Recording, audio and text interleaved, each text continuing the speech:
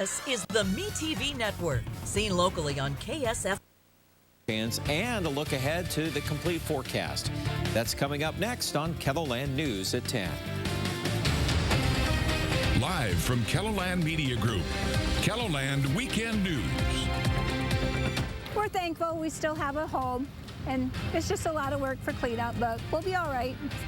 Today, we found this familiar resilience in Arlington. Good evening, and thank you for joining us tonight. I'm Dan Santella. Cleanup has been the story for many following intense weather that hit eastern South Dakota this week. KELOLAND's Renee Ortiz went to Arlington today to find out how they're doing. There, she met someone who experienced a close call. Throughout Arlington, you can spot houses and buildings which have suffered severe damage. Teresa Booker's home is one of the unfortunate ones. She got caught in the wind Thursday night, half a block away from her home. The trees started to go down on the street, and my truck ended up underneath of it all. So I just rode the storm out in my truck. Now she, like so many others in town, is clearing up trees and debris. It's been a lot of work. We appreciate all the help. The town has been wonderful for help. Mayor Kurt Lundquist said this morning that many of the roads were cleared, with much rebuilding still to do. The lumberyard here, the little Knight building across the street that lost a chunk of roof. One of our churches lost a couple sections of roof. One of our banks uptown lost their whole roof. Arlington's fire chief highlights the kind of people neighbors are here. We got a great community here of very giving people, and it'll be cleaned up very quickly. Though the damage to her home is extensive, Booker says she's thankful. We're thankful we still have a home, and it's just a lot of work for cleanup, but we'll be all right. In Arlington, Renee Ortiz, KELOLAND News. And for her story tomorrow, Renee is planning to visit Castlewood, South Dakota to see how people in that community are doing. Turning to weather, it was a far calmer night in the storm center. Joining us tonight, meteorologist Brian Carsons. Good evening, Brian. Yes, good evening, Dan. Yes, a quieter end of the week that we really do need after a busy week. Of course, tonight's weather, a couple of shower chances out there. Let's take a look at KELOLAND Live Doppler HD. Right now looking at just a few of those smaller areas to the west of winter beginning to pick up. So we will buy more milk. We can buy more cream. But everybody seemed to fare okay. That works for me. Despite the damage, those in Brookings remain optimistic. In the midst of a storm, the sun does come out, and just put one foot in front of the other and just keep on functioning forward, and being a part of that community really helps that. The Brookings community is working together to clean up the damages from Thursday's storm. In Brookings, Bailey Peterson, Dakota News Now. The cleanup continues in Castlewood as well, where a tornado touched down and wreaked havoc across the community. Today, Senator John Thune toured the damage in Castlewood and spoke with the residents there. He said in a tweet earlier today, it's inspiring to see the community come together to support South Dakotans who had their homes and properties damaged. Speaking of weather, let's turn things over to meteorologist Austin Haskins for a first check of the weather here this evening. Austin, how are things looking out there this evening? Now looking at pretty good conditions for the most part, Scott, but we are looking at a chance for some of us to see a little rain overnight tonight. Let's take a look at First Alert Live Doppler, and you can see again a few showers now. Great. Really uplift my spirits. And I'm really thankful. I think that the energy and the enthusiasm that's come from having all of these students get to actually see Zane's wish firsthand is indescribable. Zane is battling leukemia. He lives in Big Stone City, South Dakota. A man convicted of murder as a teen 26 years ago was denied parole on Thursday. In January of 1996, then 14-year-old Paul Jensen and 16-year-old Sean Springer told the cab driver to take them to rural Fort Pierre. On a gravel road, Jensen shot the driver, 28-year-old Mike Hare, multiple times. Jensen then took $40, got in the taxi, and Springer drove off. Jensen was originally sentenced to life in prison without parole. In 2016, he was resentenced to 200 years in prison because of a U.S. Supreme Court ruling that banned mandatory life sentences without parole for juveniles. KELOLAND's Lauren Solik tonight brings us the testimonies of those both for and against Jensen's release. Paul Jensen says many factors were at play the night he killed Mike Hare, including his tough upbringing that led him to negative influences. The facts of the crime won't change, no matter how much time goes by. It won't change the loss that was felt. But the person who committed that crime absolutely has changed.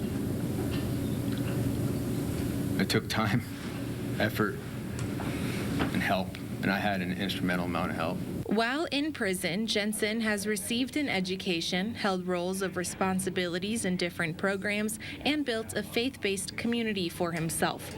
Supporters for his parole echoed his sentiment of being a changed man. I believe 100% in my heart and through God that that man will never, under any circumstances, hurt anybody or make any kind of mistake like that again. During the hearing, Jensen addressed his victim's family. I am truly sorry. Opponents of his parole say that's the first time they've heard him apologize in 26 years. One, I'm sorry. You know, that is not fair to Mike, and I've never heard him be accountable for his actions. Board members were split on their decision whether or not to grant parole. I vote aye. So I'm going to vote no today. In the end, a tie-breaking vote from the board chairman led to Jensen's parole denial. Sean Springer was sentenced to 261 years in prison for kidnapping. A congressional report says the meatpacking industry was aware that normal plant operations during the pandemic posed an undue risk to their workers. The House Select Subcommittee investigated numerous meatpacking plants and their COVID-19 outbreaks, including at Smithfield Foods. And as KELOLAND's Don Jorgensen reports, the report says lobbying led to watered-down safety recommendations. According to the new report, during the first year of the pandemic, workers at Smithfield and several other plants saw at least 59,000 worker infections and at least 269 deaths driven by COVID outbreaks. In mid-April, the number of COVID cases at Smithfield Foods in Sioux Falls had quickly climbed, forcing the plant to shut down operations. That's when the president signed an executive order designating meat plants as critical infrastructure in order to keep them open so the U.S. wouldn't suffer a meat shortage. But according to the Select Subcommittee's report, meatpacking representatives and their executives were aware that the nation was in no danger of a meat shortage. For example, on April 12th of 2020, Smithfield CEO Ken Sullivan issued a public statement admonishing the closure of one of its plants was pushing our country perilously close to the edge in terms of our meat supply. Then, just 3 days later, Smithfield asked their industry representatives to issue a statement that there was plenty of meat. When discussing Sullivan's statements about the meat supply, meatpacking industry representatives described it as intentionally scaring people. The North American Meat Institute says that the report distorts the truth and ignores steps companies took to protect workers. KELOLAND News reported in August of 2020 when Smithfield began a partial reopening in early May under CDC guidelines and the South Dakota Health Department, it began screening all employees for fever, installing physical barriers on the production line, and amending the employees' dress code to include optional masks, which were later required. The Occupational Safety and Health Administration fined Smithfield $13,000 for failing to protect employees from exposure to the coronavirus. A quiet weather day here in KELOLAND today. What will the rest of the forecast bring? We'll talk about that coming up. Great sky behind you there, Brian. After Brian's forecast, sports will begin with an in-state rivalry in softball between the Jackrabbits and Coyotes. The sponsor of KELOLAND News. Really now until about maybe the mid to late morning hours on our Sunday. Now, we could have a few showers, maybe clipping places like Pier and the Highway 14 corridor. The better chance of that, though, is going to be down along and south of I-90, and we'll talk about that more. So I can't believe he's up. Is he sleeping or is he awake? A little bit of both. With the glare of the... For every customer. In these communities, these online communities, at any time, several people that are considering attack, they just need someone to inspire them, lead them, guide them, or make them want to do it. That's what really makes me super nervous right now, watching this attack in that online community that he was in, which was multi-platform and multiple communities, that we would maybe see something like this again, because it's 2022, not 2020, 2021. The availability of targets has once again changed to be more similar to 2019. Yeah, and once again, a tragedy like this is thrusting the whole debate around social media and technology platforms into the forefront of our discussion, and what needs to be done to prevent hate crimes from spreading on those platforms. Clint Watts, thank you very much. To our viewers, I'm going to ask you to stay on this. We're going to stay on this story. We're going to ask you to stay with us as we continue to follow it. We're going to bring you all the very latest developments throughout the evening. Cynthia and Matthew, please stay with me. We're going to talk about a few other topics while I have you, because after the break, we're going to come back. We're going to discuss the January 6th committee. It has issued its first subpoenas to Republican members of Congress. Don't go anywhere.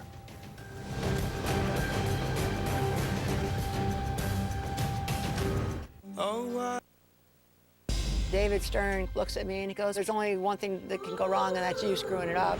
We have to show them, you know, or say Washington State or Nebraska.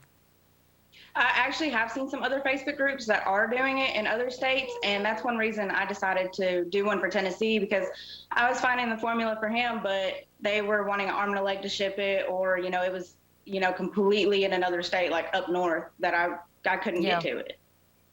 I have seen the offers to ship, which is amazing. Just quickly, you know, when a mom sees, you know, a type of specialized formula on the shelf and she doesn't need it but alerts the rest of the group, is it there long enough? Because I've seen women lining up outside stores to clean out whatever they have whenever they have it. Has there been a success rate in getting to it fast enough? I've actually seen some success stories on the group of moms posting it, and I mean, as soon as it hits the group, a lot of moms are on the lookout, get notifications for it, and they're on their way to the store to get it. I was over the moon, even though I was south of Sioux Falls. So that'll kind of run its course here, mainly through the morning. I would expect by midday, a lot of folks, especially north of Sioux Falls, back to some sun and some nice temperatures there, close to 70 at the lunch hour in Huron and also in Marshall. We'll finish out the day Sioux Falls area, not too far from 70. So very nice, and again, kind of re-emphasizing some of these trends here.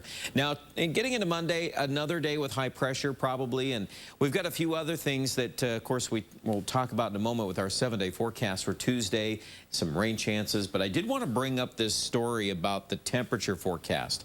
So there will be one day in particular, Thursday, where the numbers can ride pretty warm here in the Sioux Falls area. But look what's going on beyond Thursday. And then once we get to the tail end of the 7-day forecast, that, folks, is some pretty cool air. Now, again, at this point, it's a week out, you know, maybe a little more than that. But at any rate, it looks like we're going to start to have to trim these highs into the 50s, yeah, I think that's probably where we're going. Clouds and other things will affect how low it's going to be at night. I know you're asking that question, are we going to get some 30s? Probably for some folks, there will be some of this to discuss at a later time, but I just want to let you know that that is, yeah, probably coming out about a week out from now. Well, 49 for tonight in Sioux Falls, so rotates using patented Q page. Was this information helpful? Go with no. Say the very same thing, right in your state. A year later, Watergate. FBI agent Mark Felt, a.k.a. Deep Throat, exposed President Richard Nixon's involvement in bugging the DNC headquarters at the Watergate Hotel in Washington to Washington Post reporters. Felt revealed White House officials ordered the political spying and sabotage campaign. It would lead to the end of the Nixon era. 1973, Roe v. Wade. Larry Hammond, a Supreme Court clerk for Justice Lewis Powell, leaked the historic ruling to Time magazine hours before it was announced. Hammond offered to resign, but was rejected. Fast forward to two of the most famous traitors in recent history, U.S. Army Private Bradley Manning and former NSA contractor Edward Snowden. In 2010, Manning, who now goes by Chelsea, leaked more than 700,000 classified documents, including U.S. military battlefield reports from Iraq, Afghanistan, and diplomatic cables. Sentenced to 35 years behind bars, she only served 7 before President Obama commuted her sentence. And finally, in 2013, Snowden exposed the surveillance program PRISM. The leaked documents revealed the NSA was spying on Americans by monitoring phone records and text messages. Facing up to 30 years in prison, Snowden fled the country and is living in Russia. Wow. The Supreme Court now, as we go front and center, as what's happening in America right now, the justices are meeting for the first time this week about the leak. So where does the investigation stand right now? Joining us now, Fox News contributor, townhall.com. Nature, but are they likely to produce anything or even see a follow-up from the Department of Justice? Well, yeah, they're absolutely unprecedented. This has never happened in the history of our country before, and neither has what happened on January 6th, which was an insurrection at the Capitol facilitated by some of the people in that list that got the subpoenas, including an ex-president who hasn't been subpoenaed yet, who fostered what became at the Capitol. I don't think they've ignored any ideas of holding anybody accountable. Everybody on that list, I'm sure, will not go along with the subpoenas. They haven't gone along with holding anybody to account about what happened on January 6th, so I don't expect them to. But I also want to tie a line to the conversation we just had, which is there's a direct line between the conversation we just had about Buffalo and what happened on January 6th, and why it's important to hold people accountable, because it's the same hate, it's the same lies, it's the same things that drove, I'm sure drove that 18-year-old up in Buffalo, that drove people to the Capitol to try to overthrow an election that they didn't like the result of, primarily because there was a great turnout and a diverse electorate. So there's a tie to it. I don't expect any of those people to do what's right. They haven't yet.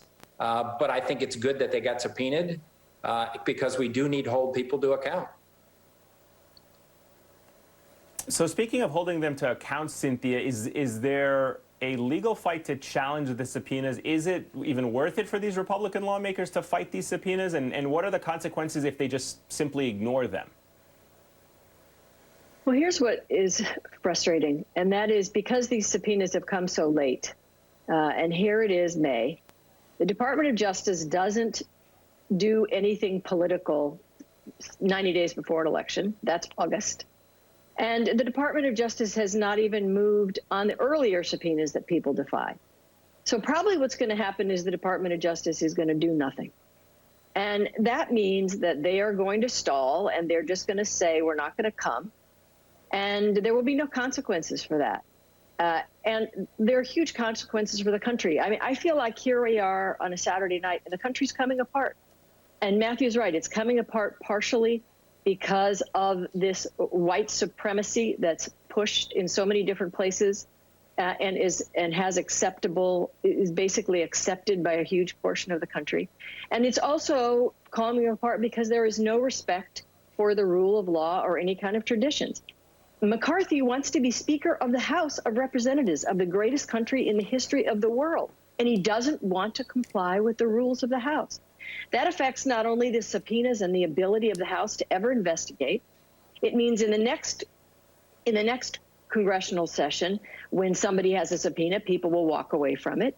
It also affects all the subpoenas in every case all over the country.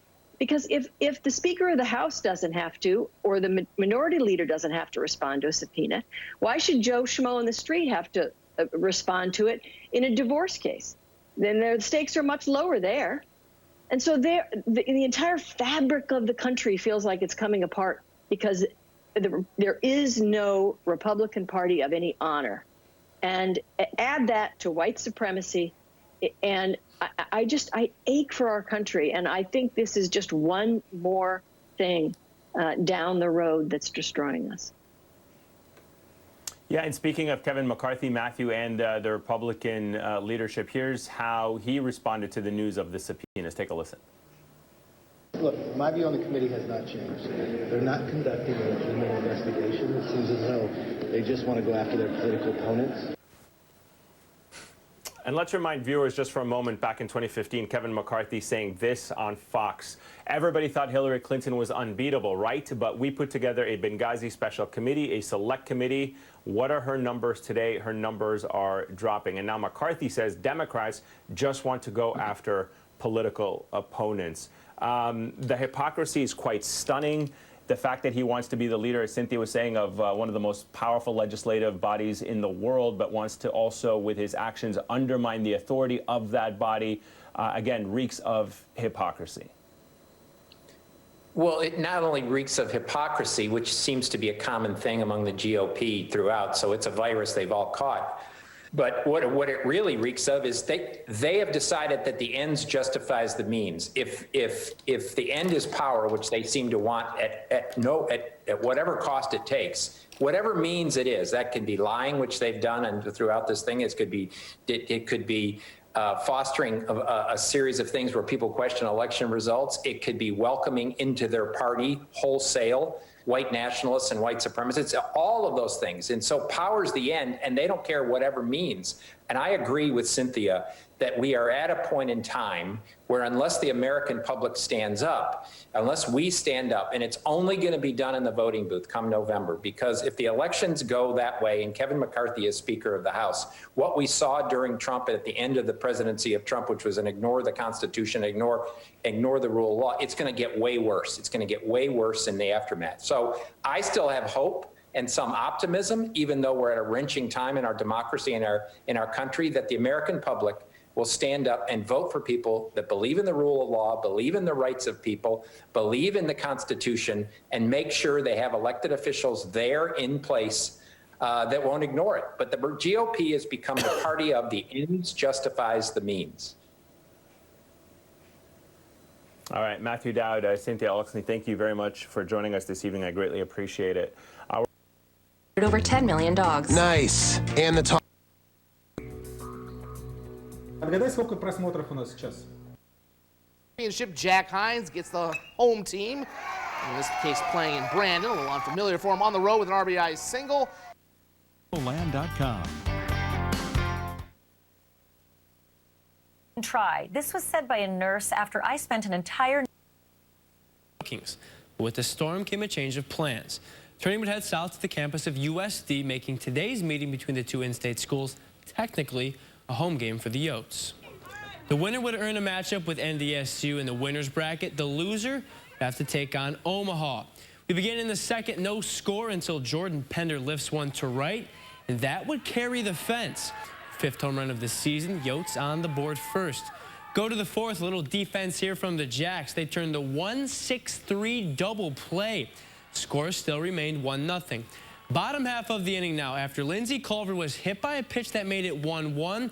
Bases juice for Jocelyn Carrillo. She gets a hold of one, and that's good for a grand slam.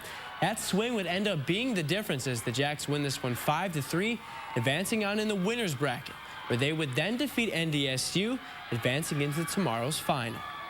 As for the Coyotes, they would have to defeat the two-seeded Omaha Mavericks, keep their season alive. They were unable to do so, falling by a final of 3-1.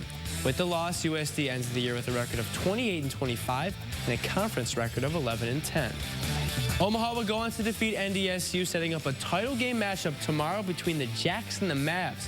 SDSU needs just one win to claim the crown, while Omaha will have to beat the Jackrabbits twice in a row to be named champions. On Friday afternoon, playing in the Division II tournament, Augustana softball team would fall against Central Oklahoma, placing them into a winner-go-home game against Arkansas Tech on Friday night. Augie would get the job done, winning 2-1, sending them into a predicament today where they would again have to take on Central Oklahoma and have to beat the Broncos twice to keep their dream alive. Augie would win Game 1, forcing a winner-takes-all in Game 2. Second inning, Mary Pardo right back up the middle into the outfield. That would bring home a run. Augie led it 2-1. Bottom half now of the fourth inning, the Broncos' Lexi Bronson gonna rope one into left field. That softball will get all the way to the wall, and it's the freshman Taryn Ritz who's going to slide under the tag, coming all the way in to score from first. Game tied up at 2 apiece. Bottom 6 now, still tied at 2. Again, it's the freshman Ritz with another big moment. She doubles off the right field wall, giving the Broncos a 3-2 advantage. So the top of the 7th now, Vikings down to their last out when Kennedy Buckman comes through with a huge base hit. Bergen Linder would come around to score. We are all tied up at 3 in the bottom half of the 8th. 2 runners on, 2 outs on a 3-2 count. Guess who? Taryn Ritz, the freshman, with a single into center, and that would do it. Augustana falls in a heartbreaker, 4-3, ending their fantastic season with a record of 50-10. In the NSIC baseball tournament, Augustana was taking on Minnesota. 4 minutes in, Hugo Gustafson puts a knuckle puck on net, and it goes in. Wings up 2-1. That lead held for about half the period, however, 13. The more information.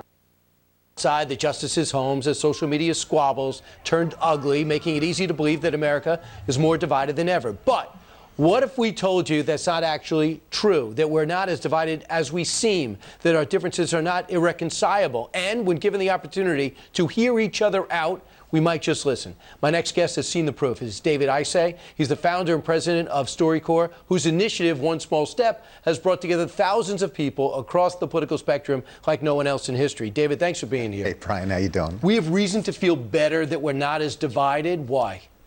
Well, I mean, I think that there's a perception that we're incredibly divided and that these divisions are impossible to bridge, but it's not true. I mean, there are polls that show that somewhere between 85 and 90% of the country are part of what's called an exhausted majority. They're tired of the divisions, they're scared, and they want to find a way out. So what we have to do is explain to people that if we just listen to each other, if we see the humanity in each other, I mean, we've talked about this before, you traveling around the country on your book tour, you know, people are basically good.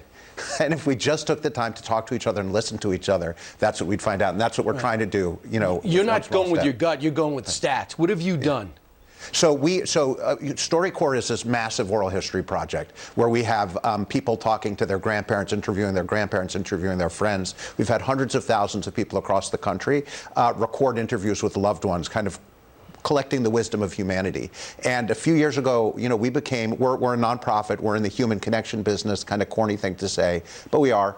And, you know, we became incredibly concerned about toxic polarization in this country. Not arguing, which is healthy, but the fact that we're starting to hate each other. We're starting not to see each other as human beings. You were talking in your monologue about Rwanda. I mean, that's what happened in Rwanda. That's what happened in Nazi Germany when Hitler called Jews Untermenschen. When we stop seeing the humanity in our neighbors, it's incredibly dangerous. And that's where we're heading now. Right. So we created a new way of doing StoryCorps that puts strangers across the political divide together. Never met each other before, one a conservative, one a liberal, just to talk about their lives, not to talk about politics, under the premise that it's hard to hate up close. TakeOneSmallStep.org? That's correct, yes. Right, so if people want to participate, you go to that place. Lastly, what bothers me, I love the study, nothing like it, 60 Minutes featured it, a lot of others did, but people say, well, America is built on stolen land, on the backs of slavery. It's 1619, it's not 1776. If we lose that foundation, we can't sustain ourselves. Should I feel that way? Well, you know, I think that, I mean, when we have facilitators who travel around the country interviewing people about bearing witness to these interviews, yeah, and when they come back off the road, if you ask them what they've learned, they say people are basically good. So, you know, social media is extremely dangerous. People are pushed to extremes. People are basically good. We all believe the same things. We want the best for our children. And, you know, if we don't do something about it, the one thing we know for sure is that this isn't going to end well. It's a dangerous situation. And I do hope that, you know, people will remember that, you know, if we listen more and shout less, we'll be a better and stronger country. David, I say thanks so much. Take